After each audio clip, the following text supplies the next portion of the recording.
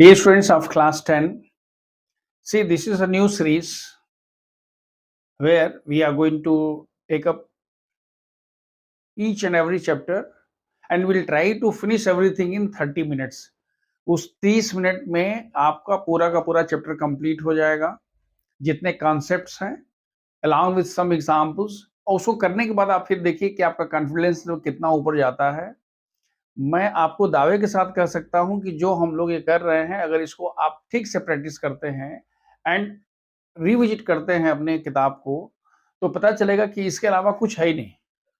तो हम सीधे सीधे आपको लेके आते हैं कि जो सबसे पहला चैप्टर है, the very first chapter is real numbers.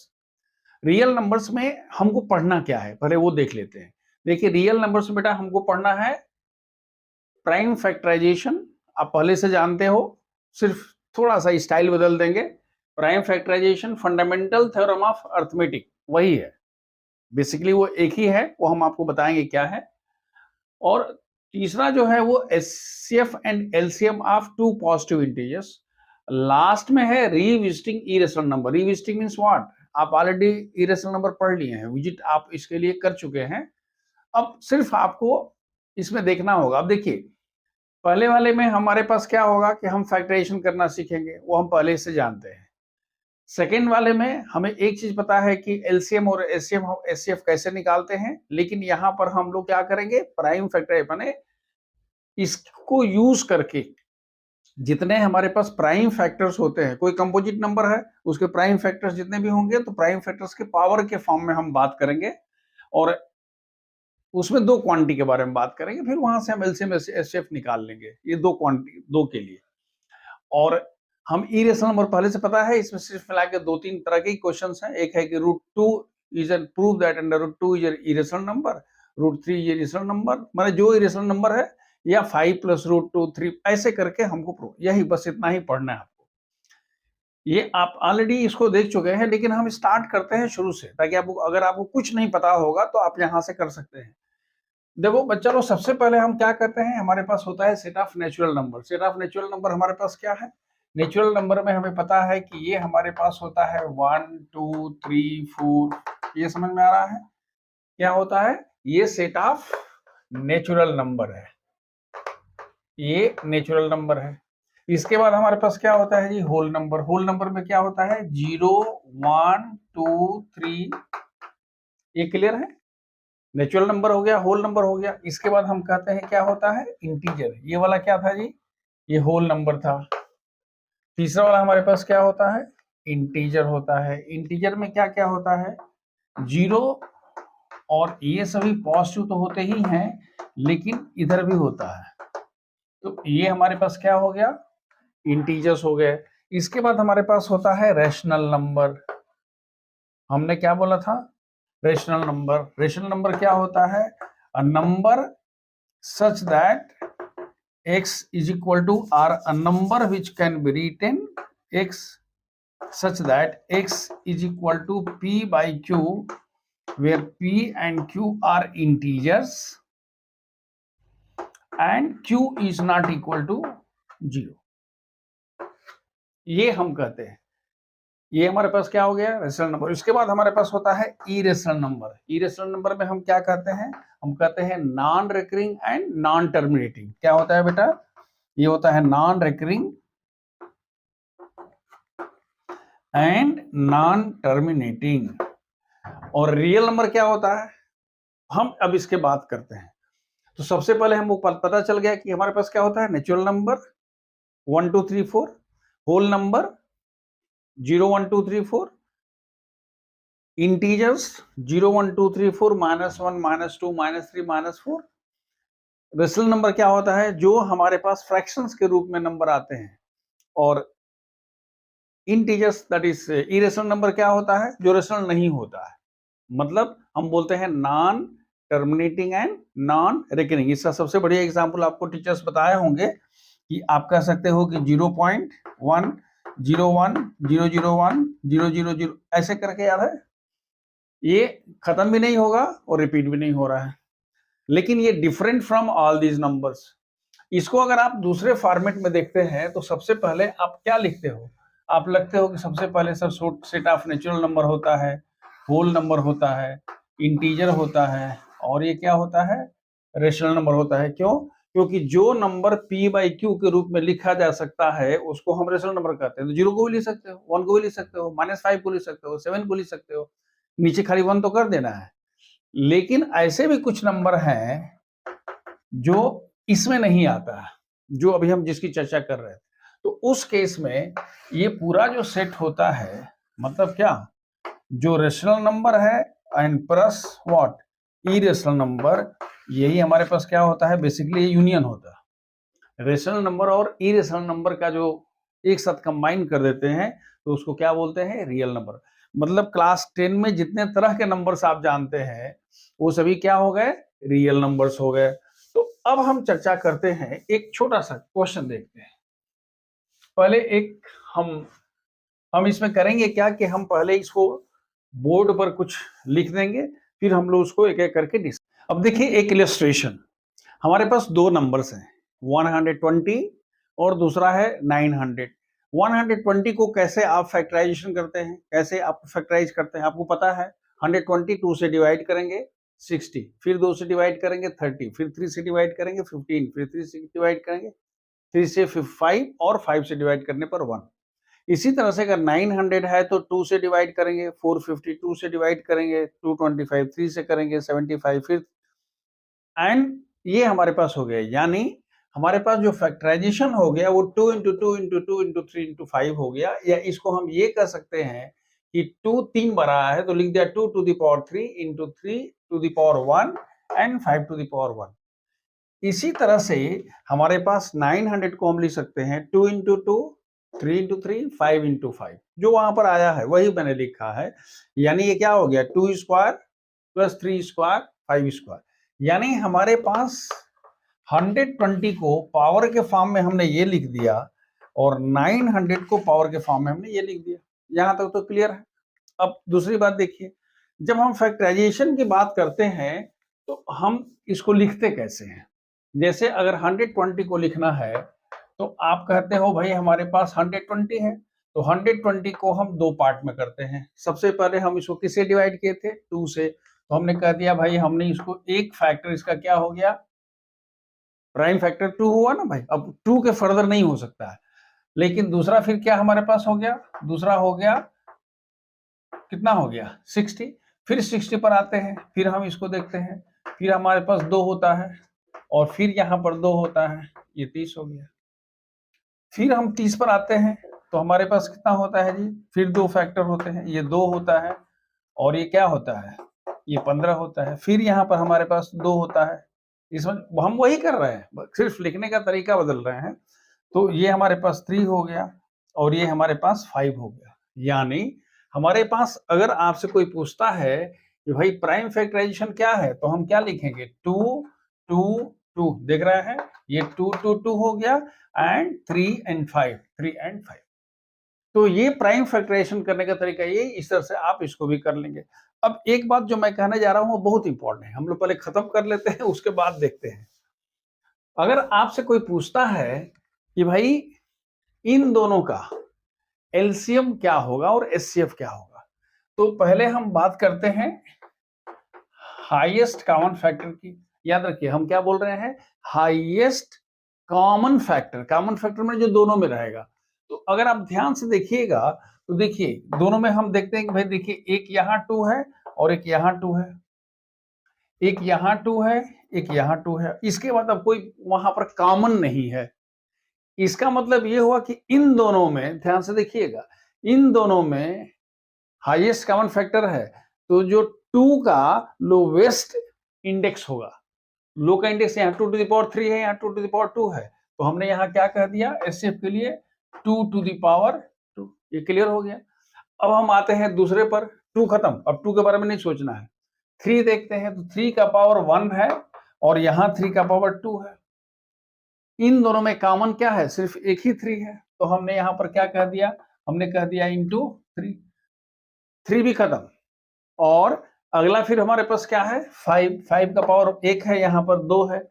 मतलब आप यहां से अगर आप देखोगे कि भाई देखिए हम कह रहे हैं कि हमारे पास 3 यहाँ है तो हमने कहा 3 यहाँ है, फिर हम कहते हैं 5 यहाँ पर है, तो हम कहते हैं 5 यहाँ पर है।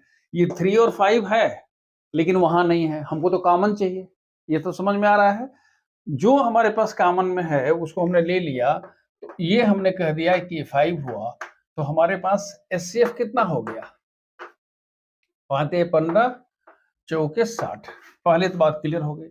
यानी एचसीएफ निकालते समय हमने एक चीज का ध्यान रखा कि इन दोनों में या तो यहां से हम वैसे ही कर लें, ऐसे ऐसे कैंसिल करके देख लीजिए, और नहीं तो आप ये कहते हैं कि 2 का दोनों में अगर आया है तो जिसका लोवेस्ट पावर होगा उसको हम ले लेंगे। जैसे यहाँ 3 है, यहाँ 2 है, हम क्या बोल रहे हैं? Highest common factor.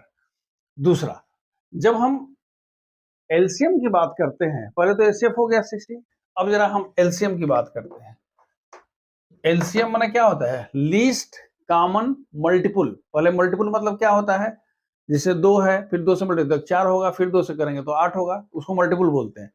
तो इस केस में हम क्या लिखते हैं? हम कहते हैं भाई 2 में मल्टीपुल क्या क्या है? तो देखिए यहाँ पर 2 का मल्टीपुल यहाँ पर 3 बार आया है। देखिए 2 × 2 × 2 3 बार आया है, जबकि इसमें कितना है? 2 बार। तो जो इसमें ज्यादा आता है उसको लेते हैं। मल्टीपुल की मैं बात करूं, मल्टीपुल माने ज्यादा होता है, मल्टीप्लाई होता है। तो उस केस में हमने क्या कह दिया? 2⁻3। देखिए ये 2⁻3 भी था, 2⁻2 था। एचसीएफ में क्या किया था कि लोवेस्ट इंडेक्स को लिए थे, और यहाँ क्या कर रहे हैं? हाईएस्ट इंडेक्स को ले रहे हैं। सीधी सी बात है यार कि जो सबसे ज्यादा वाला होता है उसको लिख लेते हैं। तो यहाँ 2 3 बार आया है, 2 2 बार आया है, तो 3 बार आया है, पहले उसको लिख लेंगे। इसी तरह से 3 यहाँ 1 बार आया है, यहाँ 3 2 बार आया है, तो यहाँ पर आप क्या लिखोगे? 3²। और यहाँ 5 1 बार आया है, यहाँ 5 2 बार आया है, तो आप यहाँ क्या लिखोगे? 5²। मतलब कितना हुआ? ये 25 चौके 100 और 9 दूना 18, यानी कितना हो गया? ये 1800 हो गया। ये वैल्यू किसकी हो गई? ये एलसीएम हो गया। तो आपको एचसीएफ और एलसीएम निकालना तो पता चल गया, लेकिन जब एचसीएफ एलसीएम, तो एक और बड़ा इंटरेस्टिंग पार्ट है, इन दोनों को मल्टीप्लाई करके देखिए। अगर आप यहां देखते हैं नोट, एलसीएम ऑफ क्या? 120 and 1800 multiplied by HCF of 120 and 900 है ना, 900 sorry, 120 and 900, 120 and 900 is equal to कितना हो रहा है जी? ये 16 × 1800 है। या इसको आप ये भी लिख सकते हैं कि 120 × 900 है। मतलब क्या हुआ कि एलसीएम और एचसीएफ अगर हम दो क्वांटिटीज का निकालते हैं तो वो उनके प्रोडक्ट के बराबर हो गया। आप खुद देख लीजिए, दोनों का एलसीएम और एचसीएफ का मल्टीप्लिकेशन ये वाला है, किसके बराबर है? जो दो नंबर्स दिए थे उसके बराबर है। यानी प्रैक्टिकली हमको एक चीज समझ में आ गया कि अगर हमारे पास इसमें इसमें इसमें और इसमें कोई भी एक चीज पता करना है तो हम उसको आराम से निकाल सकते हैं। मतलब तो हम लोग देखा कि एलसीएम कैसे निकालते हैं, एचसीएफ कैसे निकालते हैं, और LCM into HCF of two quantities a and b is equal to क्या? Product of the two numbers. Clear है? अब देखिए जो हमारा कंसेप्ट था कि फंडामेंटल थ्योरम ऑफ अर्थमेटिक आप ऑलरेडी कर चुके हो, कोई बहुत नई बात नहीं है। इसमें सिर्फ हम आपको उसको शब्दों में मैं पिरो दे रहा हूं और आप समझ लीजिए, समझ लेंगे, अपने शब्द में लिख लीजिए। हमने क्या कहा कि एवरी कंपोजिट नंबर, ये 40 हो गया, every composite number can be expressed या फैक्टराइज, ठीक है? कैसे? As a product of primes, ये सभी प्राइम्स हैं, ठीक है? Primes and the factorization is unique.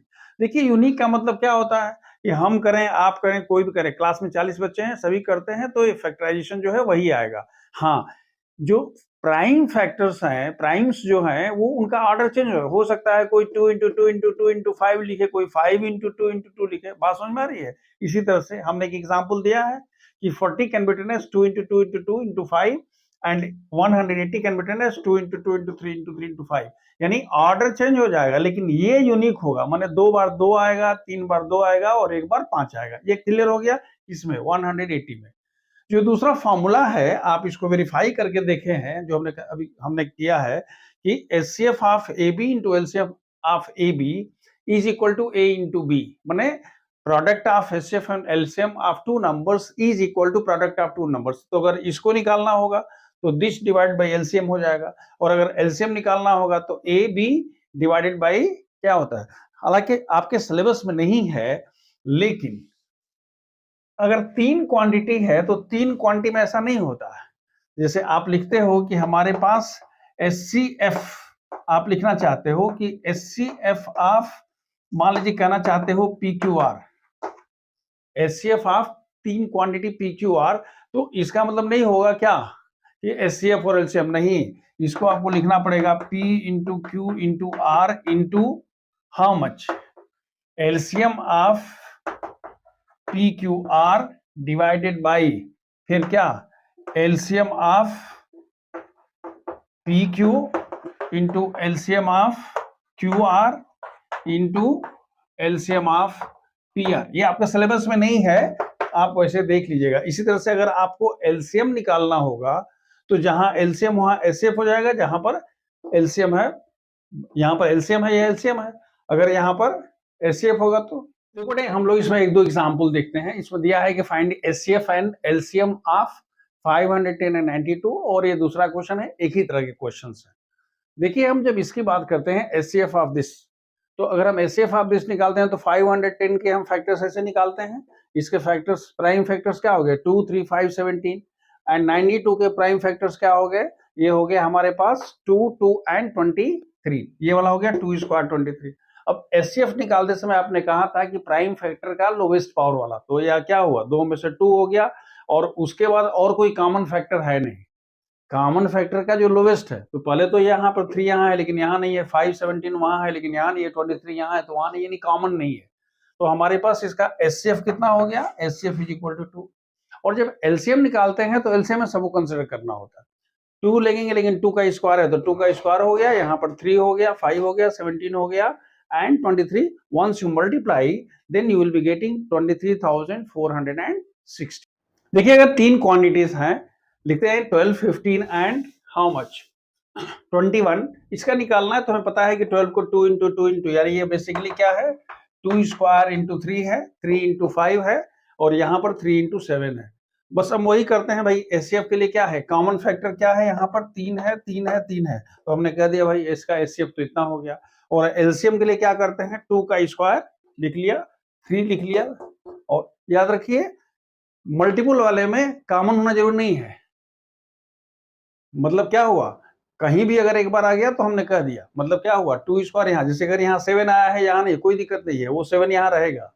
लेकिन अगर और कहीं 7 रहता और 7 का स्क्वायर हो तो उसको लिखना पड़ता। इस तरह से हमने इसका क्या निकाल लिया, मतलब जो हमारे 2 के लिए होता है वही 3 के लिए होता है। तो देखिए, दूसरे टाइप का क्वेश्चन है कि अगर HCF दिया हुआ है तो you have to find LCM। देखिए, HCF दिया हुआ मैंने 2 क्वांटिटी भी दी हुई है, ये दोनों क्या है, A और B है, इसलिए मैंने यहाँ लिख दिया कि HCF of AB multiplied by LCF of AB is equal to A into B। ये A और B है, तो हम कहते हैं देयरफॉर LCF। आपसे पूछा गया है कि भाई find the value of LCM, तो अगर दिया हुआ ना कि if this then find this, तो इसका मतलब क्या हुआ कि LCM of AB is equal to A into B by HCF, तो दिया तो है A into B means quantity को पहचान लिया, डिवाइड बाई HCF, सिंप्लीफाई करने पर आएगा 22,338। देखिए, एक थ्योरम है, थ्योरम कुछ इस तरह से है कि let P is a prime number and P divides A square. तो कह रहा है कि अगर P डिवाइड्स A स्क्वायर, तो कह रहा है then P divides A where A is a positive integer. मैं छोटा सा पहले एग्जाम्पल हूं, समझ दिमाग में रख लीजिए, उसके बाद इसको आराम से करिएगा। जैसे आप कहते हो कि भाई हमारे पास 2 जो है, ध्यान रखिएगा, हम कह रहे हैं कि P डिवाइड्स A स्क्वायर, तो हम कहते हैं मान लीजिए कि P जो है वो 4 स्क्वायर को डिवाइड करता है। ये क्या है, ये P है, ये क्या है, A है, तो P डिवाइड्स A स्क्वायर, निश्चित रूप से 4 के स्क्वायर को अगर 2 डिवाइड करता है, तो वो थ्योरम इस तरह से चलता है कि तो 2 जो है वो 4 को भी डिवाइड कर देगा, सीधी सी बात है। इसका प्रूफ एनसीईआरटी में दिया गया है, सिलेबस में नहीं है, आप उसको अपने से देख लीजिएगा। बहरहाल मैं आपको with the limitation of time हम आपको बता रहे हैं कि अगर P स्क्वायर किसी नंबर से डिवाइड है तो P भी उससे डिवाइड होगा, ये सीधी सी बात है। अब देखिए हमारे पास जो सबसे पहला और बहुत इंपॉर्टेंट क्वेश्चन है, 2 ही 3 क्वेश्चन तो यहाँ है। क्या है? Prove that √3 is an irrational number. Irrational number पता है? इरेशनल नंबर मतलब जो रेशनल नहीं होगा। It can not be in the form of p/q। तो हम कह रहे हैं कि let comma if possible √3 rational number. इसको हम बोलते हैं कि प्रिंसिपल ऑफ कंट्राडिक्शन, माने जो है उसका उल्टा कर लेंगे। तो हमने पहले कह दिया कि भाई मान लिया कि √3 क्या है बेटा? √3 एक रेशनल नंबर है।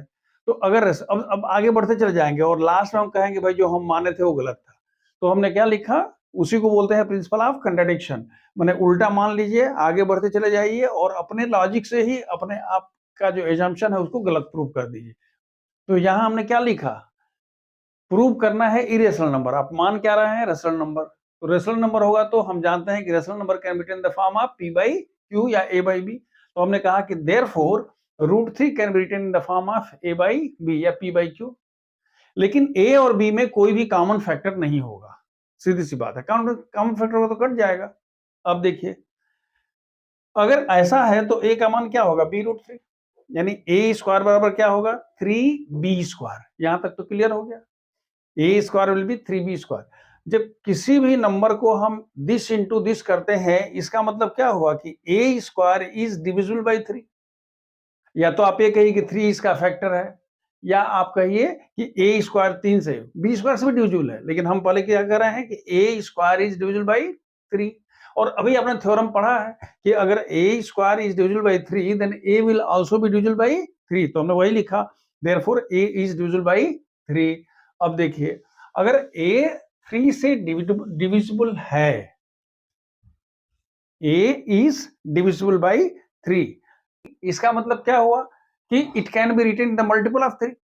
तो हमने लिखा कि therefore let a is equal to 3c। क्योंकि a किससे डिविजिबल है? 3 से। अगर 5 से होता लिखते 5c, 2 से लगता लिखते 2c। अब लेकिन आपने पहले कह दिया है कि a² is equal to how much? 3b²। आपने पहले ही कहा था, याद आ रहा?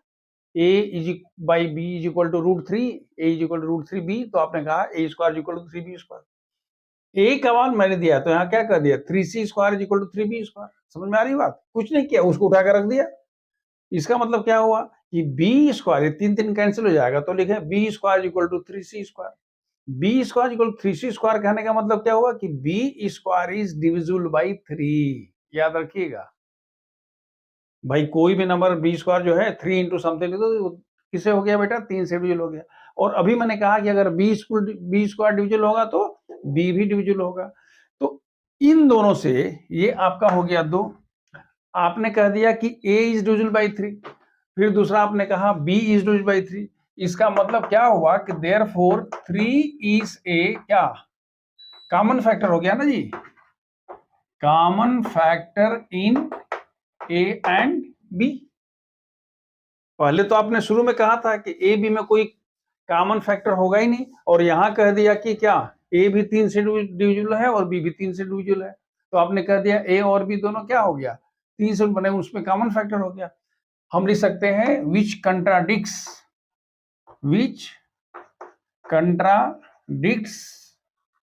Our assumption. हमने तो यही नहीं एज्यूम किया था। अच्छा, हमने कहा नहीं था कि है ही, हमने कहा था अगर संभव है तो मान लीजिए। तो हमने लिखा है कि which contradicts our assumption. Therefore √3 is not a क्या? Rational number, and hence √3 is an क्या? Irrational number. अब देखिए जो इसका दूसरा एग्जांपल है कि भाई कहता है कि prove that √2 is an irrational number. यही 2-3 सवाल है।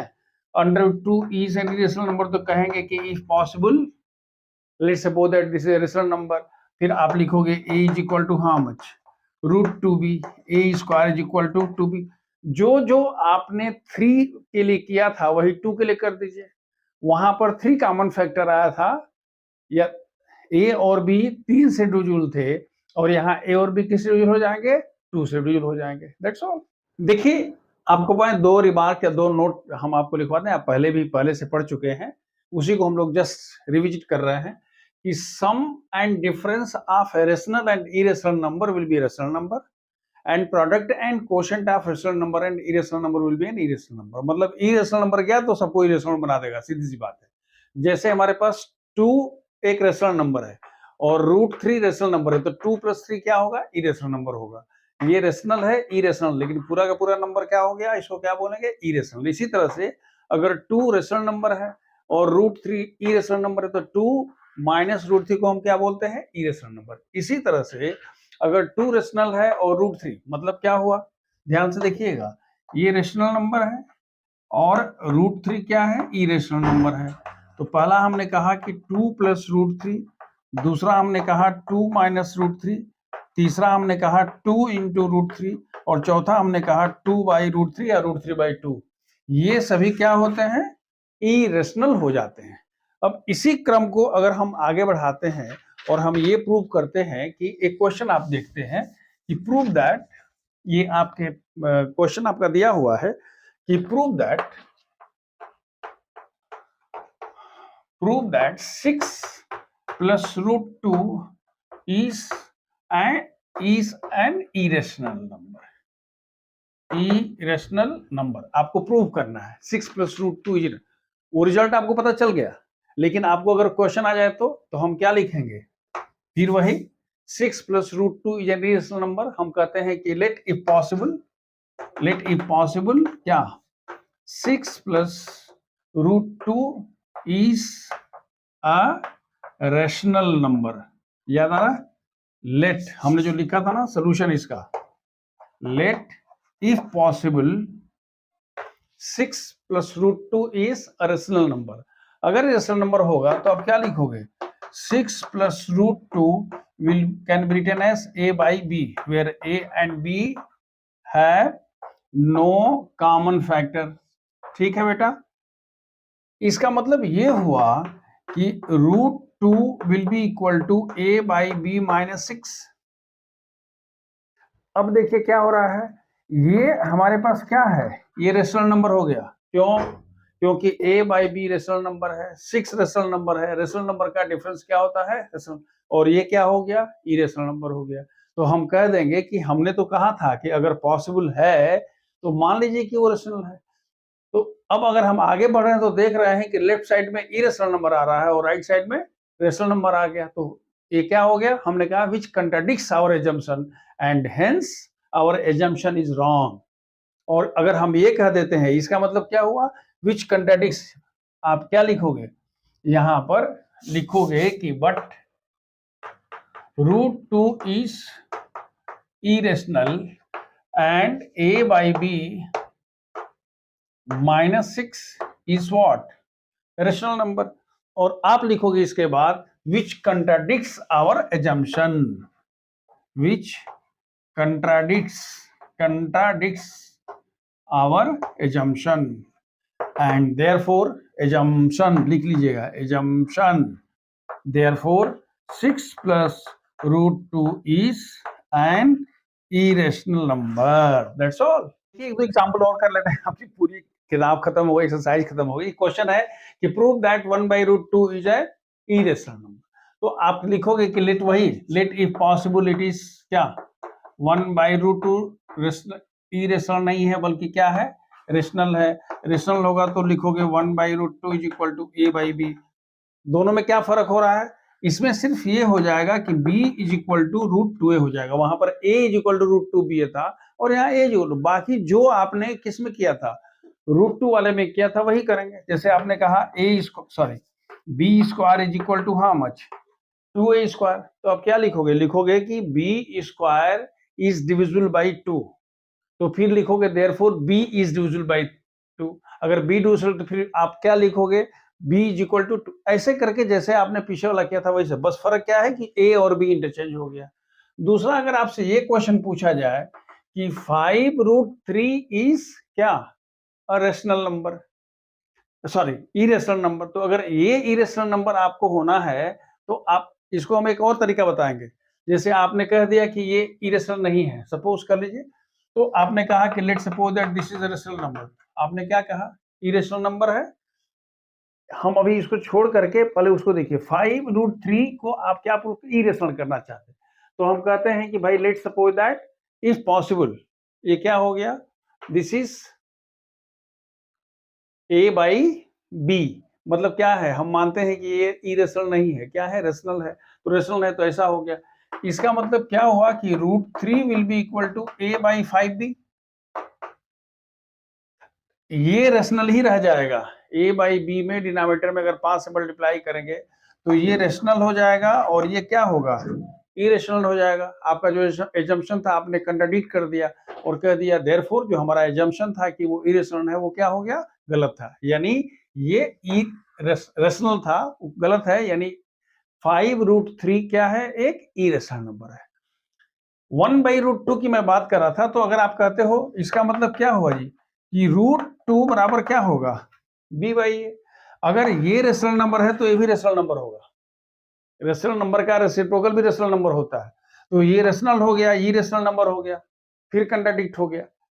जो आप लॉजिक वहां लगाए थे इसको ये नहीं भी करेंगे तो काम चल जाएगा। आप क्या कर दिया, लिख दिया कि √2 इरेशनल नंबर है, b by a rational number है, ऐसा हो ही नहीं सकता है, इसलिए हमारा एजम्पशन के 1/√2 एक रेशनल नंबर है is wrong and hence 1/√2 is an irrational number. So this way we have completed the whole thing and I think I have done justice with your complete topic. Thank you and God bless.